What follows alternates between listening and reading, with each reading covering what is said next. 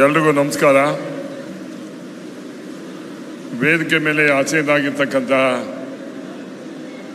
ತಾಲೂಕಿನ ಅಧ್ಯಕ್ಷರಾಗಿರ್ತಕ್ಕಂಥ ಆತ್ಮೀಯರಾಗಿರ್ತಕ್ಕಂಥ ಮುನ್ರಾಜ್ರವರೇ, ಪಕ್ಷದ ಸಂಘಟನೆಗೆ ಪಣತೊಟ್ಟು ತಾಲೂಕಾದ್ಯಂತ ಪ್ರಚಾರವನ್ನು ಮಾಡ್ತಾ ಇರ್ತಕ್ಕಂಥ ಯುವ ಮುಖಂಡರು, ಪಕ್ಷದ ನಾಯಕರು ಆಗಿರ್ತಕ್ಕಂಥ ನಿಖಿಲ್ ಕುಮಾರಸ್ವಾಮಿಯವರೇ, ಸ್ನೇಹಿತರು ಜಿಲ್ಲಾ ಅಧ್ಯಕ್ಷರಾಗಿರ್ತಕ್ಕಂಥ KR ರೆಡ್ಡಿರವರೇ, ಮಹಿಳಾ ಜಿಲ್ಲಾ ಅಧ್ಯಕ್ಷರಾಗಿರ್ತಕ್ಕಂಥ ಪ್ರಭಾ ನಾರಾಯಣಗೌಡರವರೇ, ಆತ್ಮೀಯರು ಆಗಿರ್ತಕ್ಕಂಥ ನಮ್ಮ ಪ್ರಧಾನ ಕಾರ್ಯದರ್ಶಿ ಆಗಿರ್ತಕ್ಕಂಥ ಡಾಕ್ಟರ್ ರೋಷನ್ ಅವರೇ, ನನ್ನ ಆತ್ಮೀಯ ಸ್ನೇಹಿತ ಮಾಜಿ MLC ಅವರಾಗಿರ್ತಕ್ಕಂಥ ಚೌಡರೆಡ್ಡಿ ಅವರವರೇ, ಗುಡಿಬಂಡೆ JDSನ ಅಧ್ಯಕ್ಷ ಆಗಿರ್ತಕ್ಕಂಥ ಮಂಜುನಾಥ್ ಅವರೇ, ಬಾಗೇಪಲ್ಲಿ ಅಧ್ಯಕ್ಷ ಆಗಿರ್ತಕ್ಕಂಥ ಲಕ್ಷ್ಮೀನಾರಾಯಣರವರೇ, ರಾಜ್ಯದ ಸಂಘಟನಾ ಕಾರ್ಯದರ್ಶಿ ಆಗಿರ್ತಕ್ಕಂಥ ರಾಜ್ ರೆಡ್ಡಿರವರೇ, ವೇದಿಕೆ ಮೇಲೆ ಆಸೀನರಾಗಿರ್ತಕ್ಕಂಥ ಪಕ್ಷದ ಎಲ್ಲ ಮುಖಂಡರುಗಳೇ, ಪತ್ರಿಕಾ ಮಿತ್ರರೇ, ಪಕ್ಷದ ಕಾರ್ಯಕರ್ತ ಬಂಧುಗಳೇ, ಇವತ್ತು ವಿಶೇಷವಾಗಿ ಸಂಘಟನಾ ಪ್ರವಾಸ ನಮ್ಮ ಪಕ್ಷದ ಯುವ ಮುಖಂಡರು ಆಗಿರ್ತಕ್ಕಂಥ ನಿಖಿಲ್ ಕುಮಾರಸ್ವಾಮಿ ಅವರು ಈಗಾಗಲೇ 22-25 ತಾಲೂಕಿನ ಪ್ರಚಾರವನ್ನು ಮುಗಿಸಿ ತಾಲೂಕಾದ್ಯಂತ ಪಕ್ಷವನ್ನು ಸದಸ್ಯರನ್ನ ಹೇಗೆ ಮಾಡಬೇಕು ಅಂತ ಹೇಳಿ ಈಗ ನಿಮ್ಮ ಚಿಕ್ಕಬಳ್ಳಾಪುರ ಜಿಲ್ಲೆಗೆ ಬಂದಿದ್ದಾರೆ. ಗೌರಿಬಿದನೂರು ಮುಗಿಸ್ಕೊಂಡು ಇಲ್ಲಿಗೆ ಬಂದಿದ್ದಾರೆ. ಬಹುಶಃ ಇವತ್ತು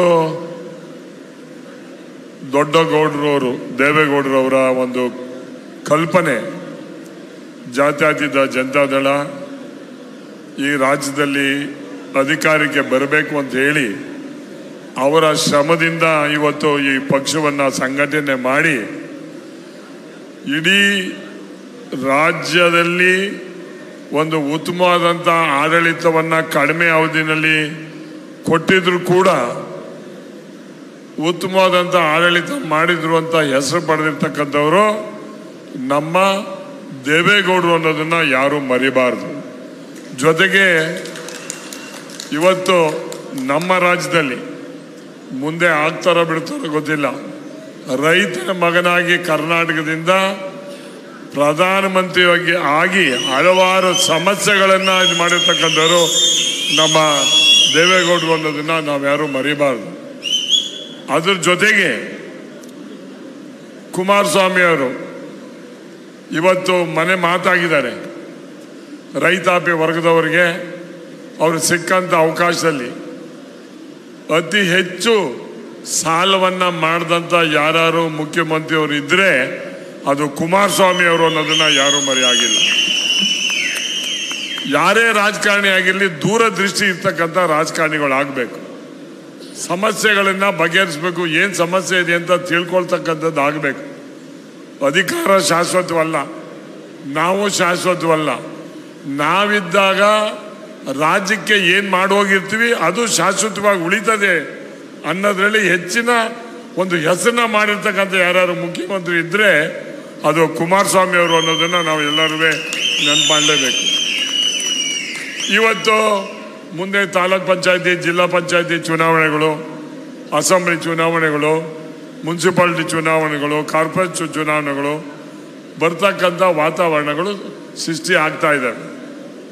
ಈಗ ನಾವು ಬೇರೆ ಪಕ್ಷದವ್ರು ಏನು ಮಾಡ್ತಾರೋ ಏನು ಮಾಡಿಲ್ಲ ಅನ್ನೋದು ಪ್ರಶ್ನೆ ನಾವು ಮಾತಾಡಬೇಕಾಗಿಲ್ಲ.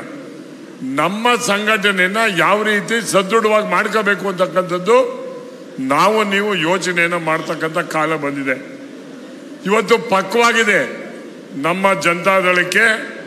ಇವತ್ತು ಇಡೀ ಕರ್ನಾಟಕ ರಾಜ್ಯದಲ್ಲಿ, ಅದು ಕೂಡ ನಮ್ಮ ಹಳೆ ಮೈಸೂರು ಭಾಗದಲ್ಲಿ ಇವತ್ತು ತಪ್ಪು ಮಾಡಿಕೊಂಡು ಅಂತಕ್ಕಂಥದ್ದು ಅರಿವು ಮತದಾರರಿಗೆ ಬಂದಿದೆ ಅಂತಕ್ಕಂಥದ್ದನ್ನು ನಾನು ಗಡ್ಡಾಘೋಷವಾಗಿ ಹೇಳೋದಕ್ಕೆ ಇಚ್ಛೆ ಪಡ್ತೀನಿ. ಇವತ್ತು ನೀವೆಲ್ಲ ಮನಸ್ಸು ಮಾಡಿ ಚುನಾವಣೆ ದಿವಸ ನೀವು ಪಕ್ಷವನ್ನು ಸಂಘಟನೆ ಮಾಡೋಕ್ಕಾಗಲ್ಲ. ಈಗ ನಿಮ್ಮ ಜವಾಬ್ದಾರಿ ಏನು ಅಂದರೆ ಇವತ್ತಿನಿಂದಲೇ ಈಗಾಗಲೇ ಜನರೊಂದಿಗೆ ಜನತಾದಳ ಅಂತ ಹೇಳಿ ಒಂದು ಸ್ಲೋಗನನ್ನು ಮಾಡಿ ಒಂದು JDS ಪಕ್ಷದ ಸದಸ್ಯ ಆಗೋದಕ್ಕೆ ಒಂದು ನೋಂದಣಿಯ ಮೊಬೈಲ್ ನಂಬರನ್ನು ಕೂಡ ಕೊಟ್ಟಿರ್ತಕ್ಕಂಥದ್ದನ್ನು ನಾವು ನೋಡ್ತಾ ಇದ್ದೀವಿ. ಬಹುಶಃ ಈಗಾಗಲೇ ನಾವು ಯಾರು ಭಾಷಣ ಮಾಡೋಕ್ಕಿಂತ ಮುಂಚೆ ಎಲ್ಲ ಆಗಲೇ ಮಾಡ್ಕೊಂಡಿದ್ದೀವಿ ಅಂತಕ್ಕಂಥದ್ದು ನನಗೆ ಗೊತ್ತಿದೆ. ಆದರೂ ಕೂಡ ಒಂದು ಮತ್ತೆ ಪುನರುಚ್ಚಿಸ್ತಾ ಇದ್ದೀನಿ, ನೀವು ಇವತ್ತು ಒಂದು ಮೆಸೇಜ್ ಆಗಬೇಕು. ಅತಿ ಹೆಚ್ಚು ನೋಂದಾವಣಿಯನ್ನು ಚಿಕ್ಕಬಳ್ಳಾಪುರ ಜಿಲ್ಲೆಯಲ್ಲಿ ಮಾಡ್ತಕ್ಕಂಥದ್ದು ಆಗಬೇಕು. ಇಲ್ಲಿ ಬೇರೆಯವರಿಗೆ ನಿಮಗೆ ಆಶ್ಚರ್ಯ ಆಗ್ಬೋದು. ಒಂದಂತೂ ತಿಳ್ಕೊಳ್ಳಿ, ನಾವು ಈ 2028ನೇ ಇಸ್ವಿನಲ್ಲಿ ಸರ್ಕಾರ ಮಾಡೋದು ಖಚಿತ ಅಂತಕ್ಕಂಥದ್ದನ್ನ ಯಾರೂ ತೆಗಿಯಕ್ಕಾಗಲ್ಲ. ನೀವು ಮಾಡಬೇಕಾಗಿರೋದು ನೋಂದಾವಣಿಯನ್ನ ಇವತ್ತು ತಳಮಟ್ಟದಲ್ಲಿ ಮಾಡಿ, ಪಕ್ಷವನ್ನು ಸಂಘಟನೆ ಮಾಡಿ, ಸೀಟು ಯಾರಿಗಾರೇ ಕೊಡ್ದಾಗಲಿ. ನಮ್ಮ ಪಕ್ಷದ ವರಿಷ್ಠರಿದ್ದಾರೆ, ದೇವೇಗೌಡರು ಇದ್ದಾರೆ, ಕುಮಾರಸ್ವಾಮಿ ಅವರು, ನಿಖಿಲ್ ಅವರು ಇದ್ದಾರೆ. ನಿಜವಾಗ್ಲೂ ಕೂಡ ಈ ಜಿಲ್ಲೆಯಲ್ಲೂ ಕೂಡ ಅತಿ ಹೆಚ್ಚು ಸೀಟನ್ನ ಜನತಾದಳಕ್ಕೆ ಸೀಟನ್ನ ತಗೋತಾರೆ ಅಂತಕ್ಕಂಥದ್ದನ್ನ ನಾನು ನಿಮ್ಮ ಮುಂದೆ ಹೇಳೋದಕ್ಕೆ ನಾನು ಇಚ್ಛೆ ಪಡ್ತೀನಿ. ಬಹುಶಃ ಇದು ಮುಂದಿನ ದಿನಗಳಲ್ಲಿ ಪಕ್ಷವನ್ನು ಸಂಘಟನೆಯನ್ನು ಮುಖಂಡರುಗಳು ಮಾಡೋಕ್ಕಾಗಲ್ಲ. ಕಾರ್ಯಕರ್ತರು ಗ್ರಾಮ ಪಂಚಾಯಿತಿ ಮಟ್ಟದಲ್ಲಿ, ಗ್ರಾಮದ ಮಟ್ಟದಲ್ಲಿ ನೋಂದಾವಣೆಯ ಮುಖಾಂತರ ಈಗ ನೋಂದಾವಣೆ ಮಾಡೋದು ಭಾರಿ ಸುಲಭ. ಮೊದಲು ಮಾಡಿದೀವಿ ಅಂತ ಹೇಳ್ಬಿಟ್ಟು ಜಗದ ಮೇಲೆ ಬರ್ಕೊಂಬಂದ್ಬಿಡೋರು, ಆ ಥರ ಮಾಡಾಗಿಲ್ಲ. ಈಗ ಮೊಬೈಲಲ್ಲೇ ಮಾಡಿದರೆ ಅವರು ಓಕೆ ಎಸ್ ಅಂತಕ್ಕಂಥದ್ದು ಕೊಡ್ತಕ್ಕಂಥದ್ದು ಗೊತ್ತಿದೆ. ಒಂದು ಪಂಚಾಯಿತಿಗೆ 2-3 ಹುಡುಗರು ನೀವು ನೇಮಿಸದೇ ಆದರೆ ಅಲ್ಲಿ ನೀವು ಆ ಪಂಚಾಯತಿನಲ್ಲಿ ಒಂದು ಬೂತಿಗೆ ಕನಿಷ್ಠ ಪಕ್ಷ 15ರಿಂದ 20 ಒಂದು ನೋಂದಾವಣೆಯನ್ನು ಮಾಡ್ತಕ್ಕಂಥದ್ದು ಆಗಬೇಕು ಅಂತಕ್ಕಂಥದ್ದನ್ನು ತಮ್ಮಲ್ಲಿ ಮನವಿಯನ್ನು ಮಾಡ್ಕೊತೀವಿ.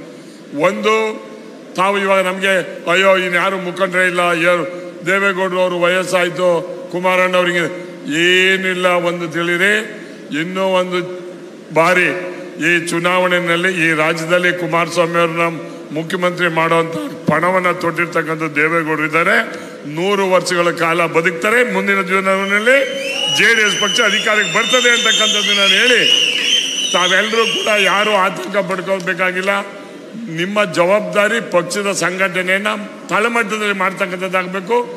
ಮಾಡಿದಂಥ ಅಲ್ಲಿ ತಾಲೂಕ್ ಪಂಚಾಯತಿಗೆ, ಜಿಲ್ಲಾ ಪಂಚಾಯತಿಗೆ, ಮಹಿಳಾ ಘಟಕಕ್ಕೆ ಗುರುಸ್ತಕ್ಕಂಥ ಜವಾಬ್ದಾರಿನ ಇನ್ನು ಮುಂದೆ ನಿಖಿಲ್ ಕುಮಾರಸ್ವಾಮಿ ಅವರು ನಿಮಗೆ ಮಾಡ್ತಾರೆ ಅಂತಕ್ಕಂಥದ್ದನ್ನು ನಮಗೆ ಭರವಸೆ ಕೊಟ್ಟು, ಇವತ್ತು ವಿಶೇಷವಾಗಿ ನಾನು ಈ ಭಾಗಕ್ಕೆ ನಾನು ಮಂತ್ರಿ ಆಗಿದ್ದಾಗ ಬಂದಿದ್ದೆ. ಹಲವಾರು ನನ್ನ ಸ್ನೇಹಿತರುಗಳು ಇದ್ದಾರೆ, ನನ್ನ ಜೊತೆಯಲ್ಲಿ ಓದಿದ್ದವರು, ಗೌರ್ಮೆಂಟ್ ಆರ್ಟ್ಸ್ ಕಾಲೇಜಲ್ಲಿ ಓದಿದ್ದವರು ಭಾರಿ ಜನ ಸಿಕ್ಕಿದ್ರು, ಇಲ್ಲಿ ಜೊತೆಯಲ್ಲಿ ಇದ್ದಾರೆ. ಬಹುಶಃ ನನಗೆ ಅವ್ರಿಗೆ ಸಿಕ್ಕಿದಾಗ ಖುಷಿಪಟ್ಟರು, ಏನನ್ನ ನಮ್ಮ ಪಕ್ಷಕ್ಕೆ ಬಂದ್ಬಿಟ್ಟಿದೆಯಾ ಅಂತೇಳಿ.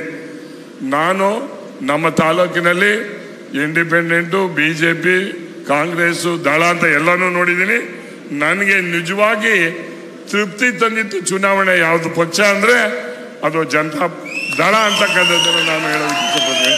ಬಹುಶಃ ಎಲ್ಲರೂ ಕೂಡ ನಾವು ನಮ್ಮ ಜಿಲ್ಲೆಯಲ್ಲಿ ಇಲ್ಲಿ ನಿಮ್ಮ ಮುಂದೆ ಹೇಳ್ತಾ ಇದ್ದೀವಿ, ನಿಖಿಲ್ ಕುಮಾರ್ ಅವ್ರಿಗೆ ನಮ್ಮ ಜಿಲ್ಲೆಯಲ್ಲಿ, ಅಕ್ಕಪಕ್ಕ ಜಿಲ್ಲೆಯಲ್ಲಿ ಪ್ರಾಮಾಣಿಕವಾಗಿ ಅತಿ ಹೆಚ್ಚು ಸೀಟನ್ನ ಕೊಡ್ಸಕ್ಕಂಥ ಜವಾಬ್ದಾರಿ ನಮ್ದಾಗ್ತದೆ.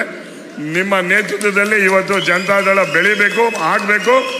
ನೀವು ಕಾರ್ಯಕರ್ತರ ಆಶಾ ಕಿರಣವಾಗಿ ಹೊರಹೊಮ್ಮಬೇಕು ಅಂತಕ್ಕಂಥದ್ದನ್ನ ಈ ಸಂದರ್ಭದಲ್ಲಿ ಹೇಳಿ, ನಾನು ಇವತ್ತು ನನ್ನನ್ನು ವೈಯಕ್ತಿಕವಾಗಿ ಮುನಿಯಪ್ಪ ಅಧ್ಯಕ್ಷರು ಮುಕ್ತಾ ಮುನಿಯಪ್ಪನವ್ರು ಅಂತಲೇ ಬರ್ಕೊಬಿಡ್ತಾರೆ ಹೆಸರು. ಅವ್ರಿಗೆ ಭಾರಿ ವಿಶೇಷವಾದದ್ದು. ಮುಕ್ತಾ ನನಗೆ ಫೋನ್ ಮಾಡಿದ್ರು ಒಂದ್ಸತಿ, ನಾನು ಮುಕ್ತಾ MLA ಮಾತಾಡೋದು, ಇದು ಯಾವುದಪ್ಪ ಕ್ಷೇತ್ರ ಇದೆ ಅಂತ ಹುಡುಕ್ತಾ ಇದ್ದೆ ನಾನು. ಆಮೇಲೆ ಗೊತ್ತಾಯ್ತು, ನಾನು TV-ನಲ್ಲಿ ಮಾಡಿದ್ದೀನಲ್ಲ ನಾವು ಅಂತ ಹೇಳಿ.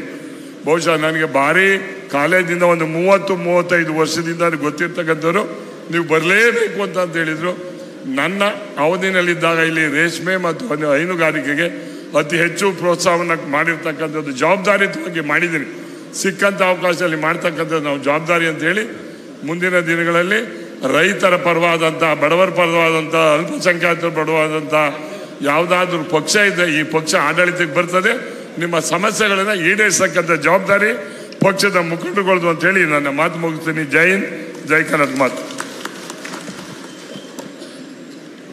ಜಿಲ್ಲೆಗೆ ಬಹುದೊಡ್ಡ ಕೊಡುಗೆ ಕೊಟ್ಟಂಥ ಮಾಜಿ ಶಾಸಕರು ಎ ಮಂಜಣ್ಣವ್ರಿಗೆ ನಮ್ಮ ಜಿಲ್ಲಾಧ್ಯಕ್ಷರು ವಿಶೇಷ ಪ್ರೀತಿಯಿಂದ ರೇಷ್ಮೆ ಆಹಾರವನ್ನು ತಂದಿದ್ದಾರೆ. ರೇಷ್ಮೆ ಕೃಷಿಗೆ ಹೆಚ್ಚಿನ ಒತ್ತು ಕಾರಣ ಜಿಲ್ಲಾಧ್ಯಕ್ಷರು ಮತ್ತು ತಾಲೂಕು ಅಧ್ಯಕ್ಷರು ಮತ್ತು ಜಿಲ್ಲಾ ಕಾರ್ಯಾಧ್ಯಕ್ಷರು ಅವರಿಗೆ ಗೌರವ ಸಮರ್ಪಣೆ ಮಾಡಬೇಕಂತೇಳಿ ವಿನಂತಿ ಮಾಡ್ತೇನೆ. ತಾಲೂಕು ಅಧ್ಯಕ್ಷರು ಮುನರಾಜಣ್ಣವರು.